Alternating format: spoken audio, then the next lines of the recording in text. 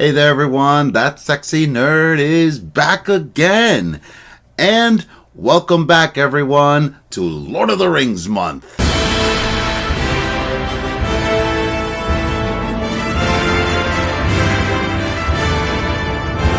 And we're doing the top 11 dumbest things in the Lord of the Rings movie by the Nostalgia Critic. Now, I kind of haven't seen this episode in a really long time, and I really want to see if it still kind of holds up and see if the issues that he's brought up are valid. Because I've seen a couple of videos of even Tolkien debating some of the things in there, and I don't even remember. Like, the last time I watched it was like years ago. So I'm interested to see how this really holds up and if they still really make sense. Because Nostalgia Critic is not Doug is not really what did you call it? A true Lord of the Rings fan. He just likes the movies and the original movie. But or at least I feel so. I think I've heard that he's read the books. But I could be wrong. But you know, he does seem to know his stuff as well. And you know, I really like to see hear what he has to say on this. So why don't we just get into the episode? And please, smash that like button if you want to see more sexy and nerdy content, and subscribe if you think I deserve it. And let's do this thing, y'all. Hello, I'm the Nostalgia Critic. I remembered, so you don't have to. Knock, knock, who's there? Lord of the Rings is awesome! So, let's look over one of cinema's greatest accomplishments by acknowledging its top 11 greatest downfalls. Why top 11? Oh. Stupid fat hobbit. This... Why top 11? Stupid fat hobbit. This is the top 11... That reminds me of dumbest Lord of the Rings moments.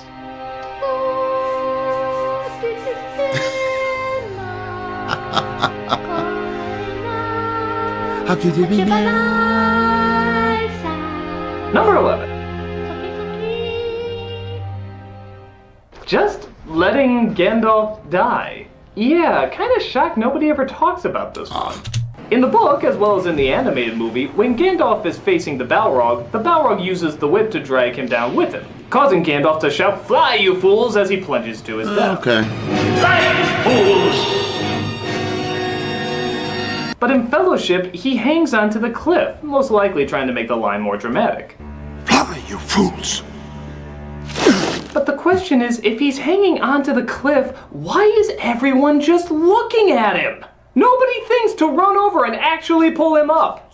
Go! Save him! He's right there! You still got time, you little idiots! No, I take it back. Frodo does. It's one of the few times he actually tries to take action. But what do? They hold him back. Why? There's no reason to. I suppose if you wanted to go out on a stretch, you could make the assumption that maybe the orcs are firing at them. But hell, if you're just going to stand there and look at him anyway, the very least you could do is be a moving target by walking forward and picking him up.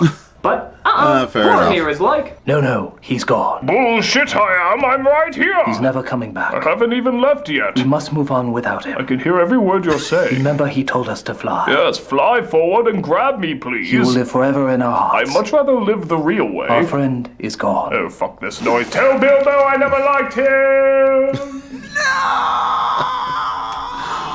it still makes no sense whatsoever. Why would he never like Bilbo? What the hell? Tell Bilbo I never liked him. The only justification I can have for this is that, well, it did give us a cool intro to Two Towers. Okay, fair enough. Definitely. I mean, come on, that opening was awesome. Yes. Even if they did land in a giant lake and somehow ended up on top of a mountain. In fact, why were they concerned for him if he could survive a fall into a lake and yet still have the strength to walk up to the top of a mountain? I've nitpicked this enough. Okay, I can explain this right now. Okay. You see that in this scene right here, there's a little staircase there. Mountain. Right in that. Okay, right in that scene right Awesome. there. Even if they did land in a giant lake and somehow ended up on top of a mountain. In fact, why?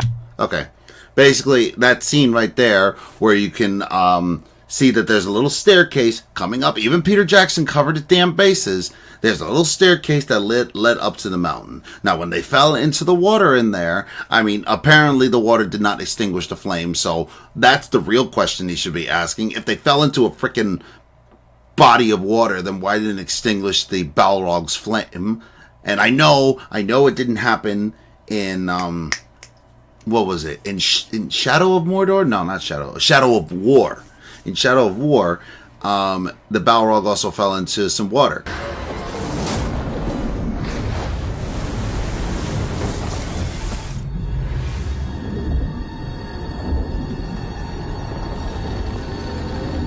Yeah, all it did was, like, you know, there was eventually, they were fighting so much, there's actually a staircase that led up to the tower, and they fought all the way up the staircase, and then when they finally made it up to the top, Gandalf was able to kill him, have a lightning strike or whatever, blah, blah, blah. You know, it's very easily understandable, especially he knew that if he had read the book.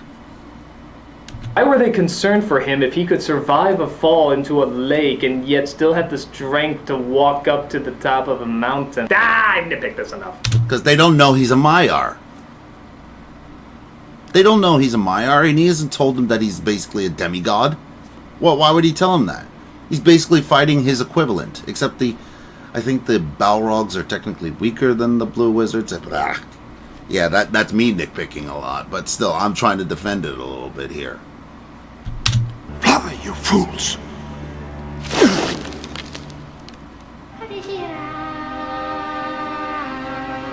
Number 10. That right there, he's like, it sounds like my dad doing something like I don't know, it just sounds like my dad right there. For some reason, it's weird. I know it's weird. Those bajillion endings. Oh my god. Yeah, you all knew this was coming. Who the hell cares? You can't blame these people for having an ending that goes on forever. I mean, it's wrapping up 3 very big, very long movies. Lots of characters and stories need closure. But that's not what I necessarily take issue with. What I take issue with is the fake-outs. Every other second, it looks like the credits are about to roll. Instead, they keep the plots coming. At first, it looks like it's going to end with Sam and Frodo together on the volcano, but then it keeps going. Then it looks like it's going to end with them reuniting, but then it keeps going. Then it looks like it's going to end with them in Minas Tirith, but then it keeps going! And there's still 5 more endings on top of it! Am I the only one who's never bothered by it? I mean, I was watching the damn movie, and it just... Like, I remember watching the movie originally and never being bothered by that. That never even seemed like a problem. And everybody just started complaining about it, like, way years afterward. I think that he was the first one that I heard complain about it. Maybe. But still, like, it's not a problem, especially if you're seeing how the movie is going. I've even tried to play tricks on people that I've shown the movie to for the first time. I say, oh, that's the end. Oh, that's the end when Sam and Frodo are on the mountain. And nobody ever falls for it. So clearly, Peter Jackson did something right. So many goddamn fade-outs in this film, you could confuse it for the ending of Clue. Here at the end of all things.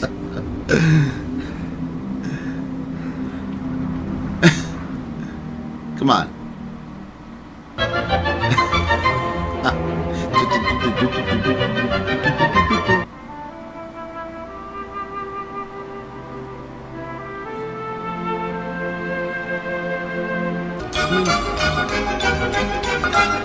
How do you pick up the threads of an old life? It doesn't help either that ending 1.2 looks a whole lot like a curtain call. Ladies and gentlemen, your Lord of the Rings players! Billy Boyd and Dominic Monaghan as Merry and Pippin, John Rhys-Davies as Gimli, Orlando Bloom as Legolas, Viggo Mortensen as Aragorn, Rudy as Sam, Big Scary Eyes as Frodo, and Sir Ian McKellen as the always enduring, always heartwarming Gandalf. That is fucking terrifying. Please don't show that again. By Jesus, that's gonna haunt my nightmares. Stop that. Now, for a lot of people, these several endings are a big complaint, but I'd put it pretty low on the list because Honestly, I actually do like the endings. I mean, yeah, there's too many and they fake you out too many times, but the actual endings themselves are very poignant and kind of touching. So on the whole, I can't be that angry at them. Maybe just a little angry. And a little terrified.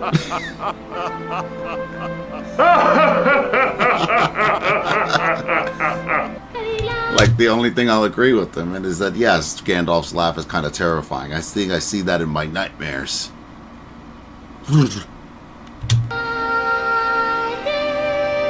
Number 9. I love his Elven singing. Gimli's idiot moments. So, again, when making an adaptation as big as Lord of the Rings, you can't go into quite as much detail as the books can. So, a good chunk of the time, characters have to be simplified. Understandable enough. But good God, what did you do to Gimli? Ah, yes, the dwarves that go swimming with little hairy women.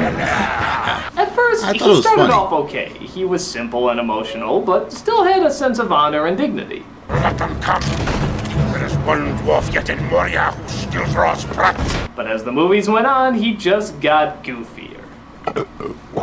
And goofier. What do trees have to talk about except the consistency of squirrel droppings? And goofier. He went from being his own unique flavor of badass to just silly comic relief. Could have picked a better spot. I cannot jump the distance, you'll have to trust me. Knock them in! Even he seemed to realize that his whole race merely existed to get a chuckle out of the real heroes. It's true you don't see many dwarf women. And in fact, they're often mistaken for dwarf men. And this in turn has given rise to the belief that there are no dwarf women. And that dwarfs just bring out of holes in the ground. Don't believe me? Just watch this scene and tell me if the punchline music doesn't write itself.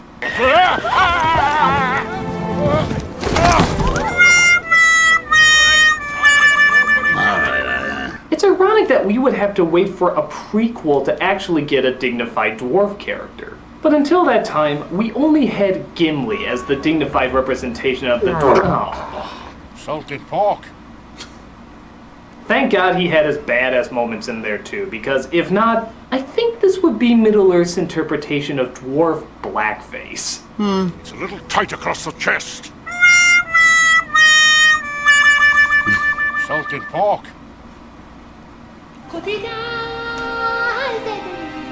Fine, I will disagree on that. Legolas's perfect moments. Oh, If no. one character can be too flawed, then another can be too perfect. Again, Legolas started out as a very precise, somewhat advanced hero in the first movie. But as the films went on, you started to wonder why he couldn't just fight this war himself. Look at this son of a bitch! While everyone's doing their best to fight off soldiers on ground, yeah, Aragorn's like, hey Legolas, would you mind bringing down a 5-story elephant? Come on, you can do that in your pointy-eared sleep. He didn't ask But the him bizarre that. thing is, he can! Without even batting an eye! Is there even a bead of sweat on his forehead?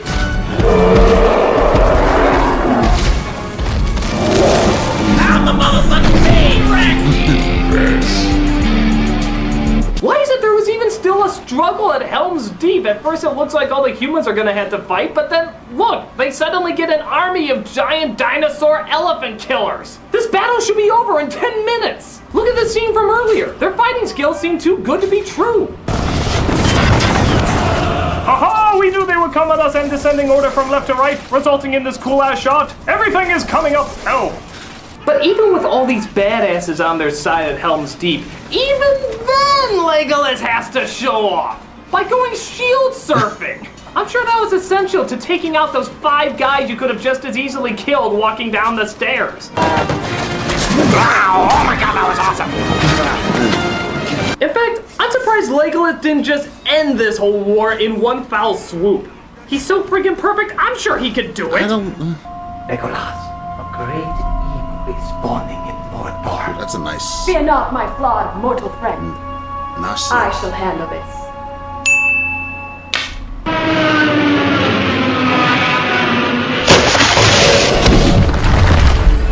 Like a motherfucking boss. Legolas, you're too good to be true. And that is precisely the problem. I miss Ray.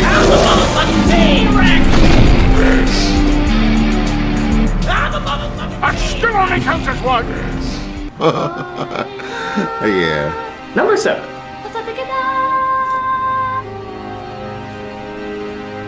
Those close-up shots. Okay. I've mentioned this before, how a lot of movies and shows back then felt they needed to get a lot of wide-angle close-up shots. This would be fine if the idea was to create an uncomfortable scenario, but for a while, it seems like a lot of directors did it just to be different and artsy. And here, it's no exception.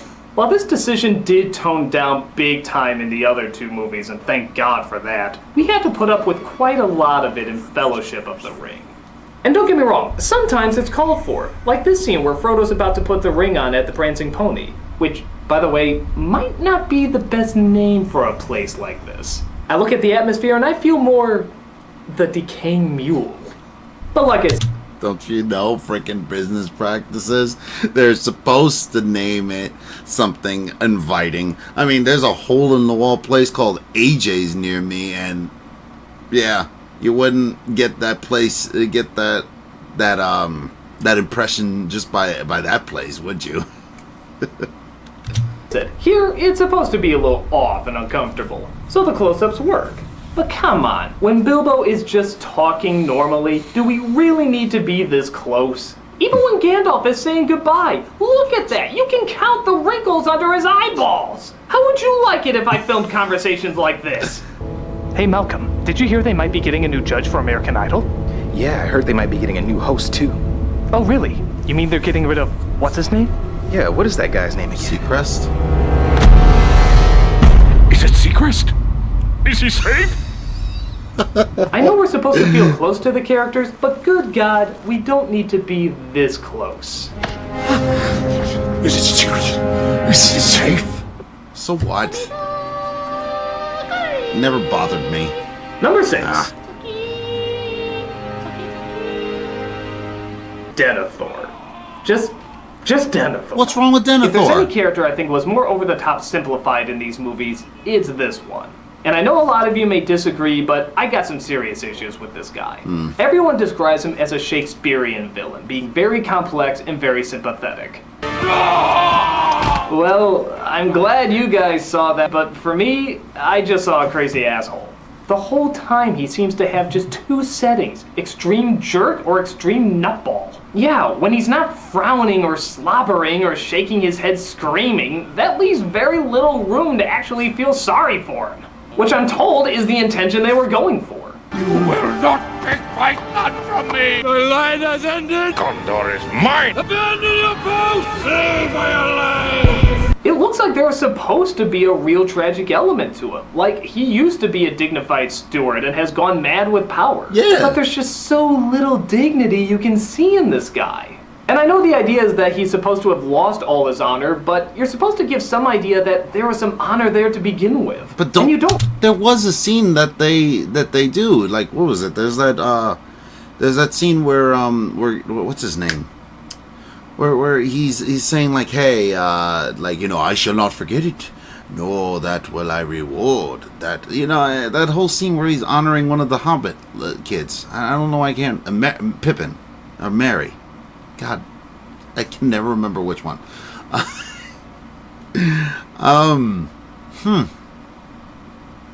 All right, maybe you might have a point.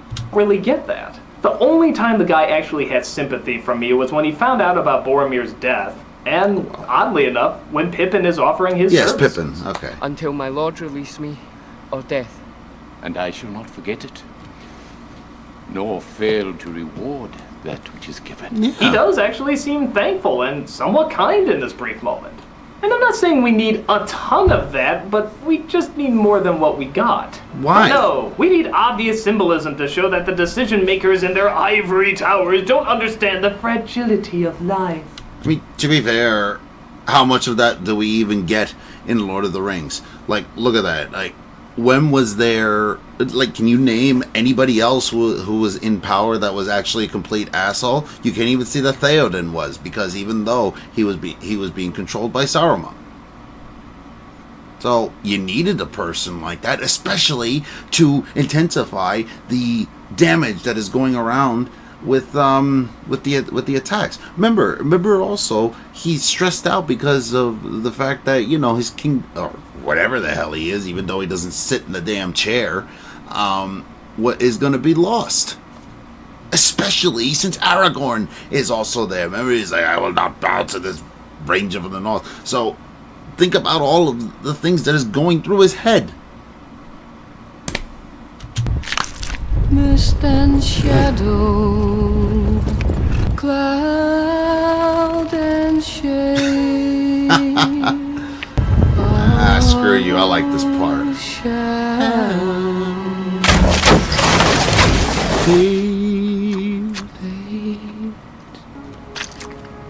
I'm ignorantly benign! Come on, if I wanted slurping disgustingness, I'd go watch more of Gimli. Even his death seems over the top goofy. Oh, come on, Just I like when they're this about scene. to give him something close to a remorseful moment. What do they do?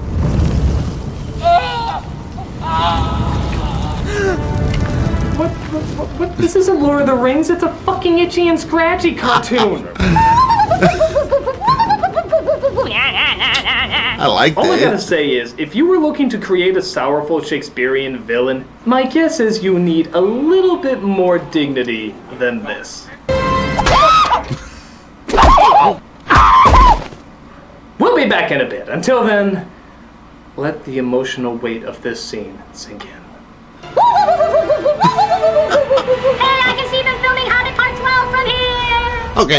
Okay. If you're really gonna say that, if you're really gonna have a problem with that scene, then why don't you mention the fact that while on fire, he ran all the way from inside that building all the way down there. You cannot get me to believe that he ran all the way and did not completely disintegrate. He would have been completely ash and bone by the time that was, like, you know, done. So, you know, if you really want to say something about that, talk about that scene. I know I'm actually helping his case, but that's the real silly part.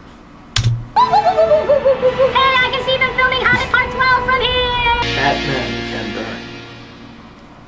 Fat men can burn. Number 5.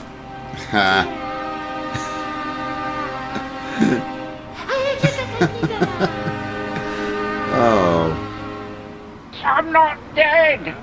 There's a saying that nobody well, ever okay, really fine. dies in TV. I'll give you this. That there's always a way to bring a popular character back. Well, the same definitely can be said for Lord of the Rings movies. First they think Gandalf is dead. Then they think Merry and Pippin are dead. Then they think Aragorn is dead. Then they think Frodo is dead. Good God, I thought the ending had too many fake outs. This is like a new world record. Hell, they probably cut this Mouth of Sauron scene from Return of the King because it was twice that they did a Frodo death fake out. I have a token I was bidden to show thee. Know that he suffered greatly at the hands of his host. Okay, but I don't get how this is a problem. But aside from the Mouth of Sauron's ugly ass teeth, I don't understand how this is such a problem. Because, to be fair, it's the damn characters who think that, and most of the time, we knew that the characters were not dead. Like the 2 times Frodo was thought to be presumed dead, we knew that he wasn't. We had seen everything that had happened. No, I mean, I still don't understand. It's to show how these characters are viewing the situation. And as the audience, we're like, no, they're not dead. Come on. We've done this already. The whole spider killing him thing. You didn't know what happened. It isn't fooling us now. Honestly, we just want you to open your gates for a moment. Legolas!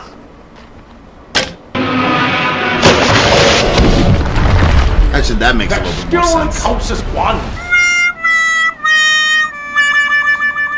In fact, I think the only reason Boromir never came back is because Sean Bean has it in his contract that he has to die in every single role that he's in and stay dead. But everyone else, death is just a roadblock to pass. It's like they build up that no matter what, these characters are fucking invincible. Look at this. How many times do they throw themselves into an army of killers and never even come out with a scratch on them? The funniest is probably this one with Aragorn and Gimli. That is fucking ridiculous. This long line of killer monsters all being taken down by 2 men. One of them half the size of the rest of them. Even in the final climax, they know they have nothing to fear. Listen to how they talk. Certainty of death? Small chance of success. What are we waiting for? We've done this a million times. Even if we die, we're bound to bounce right back. Hell, we have an entire army of dead people. It's like having a cold. You're out of commission for a bit, but you come back swinging. That's not true. Nothing like walking through the valley of the shadow of death when that valley is just the size of a thimble.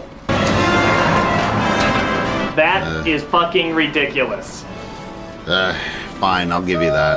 I'll give it to him on that. Number 4. Arwen's life is now tied to the fate of the ring. Oh yeah, this was dumb. Now, there's no doubt that Arwen's role has been expanded in the movies, and to be honest, I really don't mind. It's a bit of a sausage fest in here anyway, and hell, even the woman who does join the fight has to pretend she has a sausage. So having her do more stuff, I think, was a welcomed addition. But then we get this really weird nonsense. Arwen is dying. The light of the even star is failing. As Sauron's power grows, her strength wanes. Why? How the hell did that happen? We get something about the light of brouhaha that's now somehow tied to Sauron growing because I have no clue. And it makes no sense from what I could tell if the light, if Sauron's freaking darkness would, oh my god, it seems like Peter Jackson didn't read any of the supplementing material or anything else from Tolkien. Even Tolkien, I bet you, would be pissed at that. Because if you're going to say that one elf is affected by the growth of Sauron, then, or, you know, the growing darkness of Sauron, and all the elves be freaking dying from that? And not only that, they fought someone even worse than Sauron. Someone that took orders from Sauron. And they weren't dying en masse just because of the presence. No, they were being slaughtered. This actually, I do fully agree with him on. It was made up for the movie, I guess, as a means to give Aragorn something else to fight for, or maybe keep her more out of the way so that their being reunited would mean more? I'm not sure what the intention was, but brother, does it make no sense. What is that light thing she gave up? If it makes her mortal, then how come none of the other mortal people in Middle-earth are dying? In fact, if it does make her mortal, then how come they were talking about how much it's gonna suck when she stays immortal in that other scene? In fact, hell, they made immortality look like such a bitch, she'd probably be welcoming death by this point. In most cases like this, you could say that it's explained in the book, but this was a new scene, and talked in very little detail about it. The more I think about it, maybe it would have been cooler if they wrote it that she went to fight with the rest of the army. She was originally filmed in the Helm's Deep battle until they edited her out. Wouldn't it be nice to give her a little bit more battle damage than a branch from a tree? Ooh. And then they could say, like, right there, that she was injured during the battle, and that's why she's dying. Her injuries from whatever blade that she was stabbed by was not healing her correctly, and she was dying. Would have been a much better scene and up the stakes a little bit more. Ooh, look at that scar. It shows she's tough and pushes on after battling prickly leaves. I don't know. If you're gonna expand the character, at least do it in a way that makes sense. Until then, look pretty, cry, and don't cut any hedges. I hate that stupid leaf thing too. Eh? It's like, again, if you could have, oh my god, if you wanted to give her a scratch on the face or whatever, you should have had her duel at least one of the Nazgul. Then would have accidentally cut her in the face. That would have been better. Do an anime trope. Come on, man. Think, Jackson. Number 3. Sam and Frodo's gayness. Okay, now let me make one thing perfectly clear before anyone has a heart attack. If Sam and Frodo were actually gay in the story, I wouldn't care. Hell, it'd be cool. Maybe they'd be the first gay characters in fantasy. openly gay anyway. But that's not what bothers me. What bothers me is that the intention was not to show the power of love, it was meant to show the power of friendship. Having a friendship and being in love are two different things. Also, I'm sorry to whatever on this, but Lord of the Rings came out before He-Man and the Masters of the Universe, so I don't think that joke works. There's the love you share for a person you have an attraction for and want to live the rest of your life with, but there's also the love for a determined person who will always have your back and be by your side. And the reason that bugs me is that this relationship, while I do believe unintentionally makes them look more romantic than friendly, is that it's obvious Tolkien wanted to show the strength of friendship, for reasons of nobility and caring rather than lust or romance. Lust and romance is fine, and we see it everywhere in big epic stories. But that's not what this is about. This is about two people who care for each other as the closest of companions. And truth be told, there's only a few popular stories I can think of that really dive into that. You don't often see two people of the same gender who give up their life for the other just for the reason of friendship. If it's opposite genders, fuck it, almost always hook up by the end of the story. So that's why I think it's more important that a friendship element was played up more than a romantic one. And again, I don't think it was intentional, but it's still hard to ignore that it comes off that way. And so much of that comes from just how friggin' lame these lines are. Let's just look at some of these scenes again. Frodo was really courageous, wasn't he, Dad? Yes, my boy. The most famousest of hobbits, and that's saying a lot. You've left out one of the chief characters. Samwise the Brave. I want to hear more about Sam. Frodo wouldn't have got far without Sam. He's not wrong. You shouldn't make fun. I was being serious. So was I. I'm just waiting for Gollum to roll his eyes and say, "Oh Christ, just propose already!" And even the friendship slash romance doesn't always make sense. Frodo sends Sam away because he thinks he ate the last of the Lambus bread. Fair enough, he's possessed by the rings and being manipulated by Gollum, but Sam actually starts to oblige until he makes this little discovery. That I hated. I hate that scene to this day. After he pointed, I remember him pointing this out, and I hate that scene now because he's absolutely right.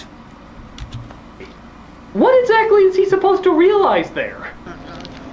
So I didn't eat it! No, that he threw it Wouldn't away. his return have been a lot more powerful if they didn't show this scene? If Sam just said, fuck it, he's my friend, I'm gonna go and fight for him anyway, that would have been a lot more noble. But no, he had to realize that he didn't eat the bread that he realized already he didn't eat. Huh? Like I said, I don't think it was intentional, but the more cheesy these scenes are played out, the more you can't help but think of a corny romantic novel. So you can't act surprised at the comparisons. And I think we all know there's plenty of those. Granted, at the end, the relationship does work. Sam gets married, Frodo goes on his own path, and they do share a connection you legitimately believe in. Just maybe you believe in it a little more than what was intended.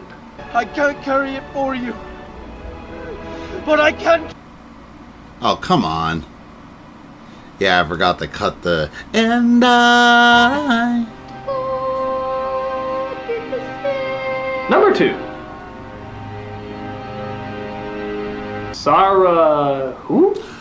There is no doubt that the biggest fuck you to a character came when Saruman, the only human villain you had throughout any of these movies, was completely left out of Return of the King. Very much so, What I the agree. hell? He doesn't even make an appearance, a wave goodbye, or anything. He just doesn't show up. This is the guy that was the center of the poster in the last film. You're a major villain second to only that giant eye thingy. And he doesn't even get a little wave goodbye? What a ripoff. Now, in one sense, you could make the argument that Sauron is really the villain, so you don't need to spend a ton of time with Saruman anyway. But there's two big problems with this. One, the excuse that they give is not to go after him. That he's too harmless now to do any real damage. Fucking what? Yeah. Well, let's just have his head and be done with it. No. He has no power anymore. The filth of Saruman is washing away. But isn't this basically what they did in the book? Like, yeah, they just basically let him get away, and then what happens? He takes over the frickin' Shire. He literally, this is what they didn't show in the movie. He actually does go to the Shire, completely destroys the whole thing, and Frodo and the freaking hobbits and the other hobbits have to gather a resistance movement to take him down. And then they kill him the way they show here. I mean, if they were going to do something like that, then why didn't they just end it that way? Yeah, he's learned his lesson. I mean, come on. What are the chances of an ancient evil that we don't kill all the way possibly coming back and biting us in the eye? That doesn't count. He's an eye. And second, they had a perfectly good scene of him shot and edited already. Very much so. Yeah, if you go to the extended edition, it's right there, right at the very beginning. It ties up all loose ends. The connection between him and Grimer, a final send-off between him and Gandalf, and yes, they don't just ignore the big evil genius who could obviously cause trouble later. He's killed off. And in a pretty cool way, I might add. I don't even know why they shot Grimer, though. Well, I'm sure he can survive that. Maybe not. I guess the scene was cut for time, which normally I would understand for a film this long. You don't want to overstay your welcome. But it's the second scene in the movie! Nobody's gonna be bored by the first few minutes! Why? Really? Do you think anyone was gonna watch this and be like, oh, this first 2 minutes isn't grabbing me. I'm sure the next 3 hours will be more eventful. Non-fans will do that, though. People who are like, oh, these movies are too long. I'm going to go to sleep now. Fuck you. God, if it's a time issue, why didn't you shorten one of the other cajillion endings that you had? That's where people started to bitch and moan. They didn't need to know every single detail that went on after the war was over. But we did need to know what happened to one of your biggest villains in the entire film series. Of course, we always want to see the bad guy get the short end of the stick in the end. But next time, try letting us actually see it. Because that short end of the stick can impale pretty nicely. Hey Gandalf, do you still have that 2-for-1 coupon that could get you an extra life at the pearly gates? Sorry, I already used it. No crime. And the #1 dumbest Lord of the Rings moment is... Oh no. The Eagles. Those Eagles that could have stopped everything. Everyone in the world brings it up, and of course, so am I. Why don't these creatures of awesomeness just fly over Mount Doom and drop the ring off themselves? It's obvious that if they wanted to win this war quickly and more logically, they would have used these damn things from the beginning. And every excuse that people throw out in terms of the movie never holds water. Oh, well, they're eagle gods who don't want to get involved in our world affairs. Well, that doesn't stop them from interfering 1, 2, and all 3 times in all of this. Well, they wouldn't be able to get very far. The evils of Mordor are just too great. Oh, I don't know, they made it to the gate. They seem to be fighting off those ring wraith things pretty good. And even if they didn't, you could have Gandalf nightlight reflect them off like he did before. It doesn't seem like Mordor has very many of those evil flying things. Well, much like Gandalf, they would have been tempted to use it themselves and become evil in the process. For what, a 2-hour flight? If Frodo can resist for days on end, I think all the wise spirit gods can hold out as well. And shit, how... To be fair, my thing has always been, I feel like they still could have been corrupted by the ring, even within the close proximity. Yes, I understand that Frodo was able to resist it, but Gandalf is a freaking Maiar, and what happened with him? I mean, what happened? What he even knows what would happen if he had the ring. And again, there's a video that Nerd of the Rings has done. It's if you ever got the damn ring, it will be really, really bad, even for Sauron. Because he is also on the same, he's technically, without the ring, he's technically on the same level as Sauron. Maybe even more powerful if he got the fucking ring. How the hell are they gonna put that ring on their claw anyway? It doesn't have to be on their claw. Like, Frodo had it around his damn neck. What if they decided when they're flying, because I know, but what if they decided when they're flying that is like, the ring is mine, and they just keep it in their claw? Why the hell not? What is stopping them from that? Well, they stick out too much. A sneak attack makes much more sense in the grand scheme of things. Really? Because how many times do Sam and Frodo get spotted, captured, and injured? For every day it takes them to walk on foot, thousands of lives are probably being lost. Let's face it, people, it's only by pure fucking luck that this plan worked at all. True. Even Gandalf, several times in the movie, acknowledges this was probably the dumbest strategy they've ever come up with. I've sent him to his death. Oh, why the hell did I do this? I should have used the eagles. I think all of us know how the ending of this film really should have gone down. Let's go back to that scenario we demonstrated before. I have a token. I was. Yeah. Legolas. The dwarves say Merry Christmas, motherfucker. Why did you give it to Gimli? Isn't that Mead? Oh, Even the series How It Should Have Ended gave their take on this. Well, that was incredibly easy. Yes, it was. Can you imagine what it would be like if we had walked the entire way? Don't be Oh my gosh, can you imagine? That's ridiculous. You can make up whatever excuse you want. You can say that some way or another this was the right thing to do. But for me, this is by far the dumbest Lord of the Rings moment. It's about the journey, not the destination. Now let's count down the most awesome Lord of the Rings moments. Oh wait, we can't, because there's too fucking many! Despite these problems, and I'm sure even more that exist, it doesn't change the fact that Lord of the Rings is one of the best film trilogies of all time. It gave so much, it changed so much, and as much as we like to poke fun of it, there's still just too much to like about it. As for me, I'm off to partake in the ancient Middle-earth art of dwarf tipping. I'm the nostalgia critic guy, remember? So you don't have to. Salted pork.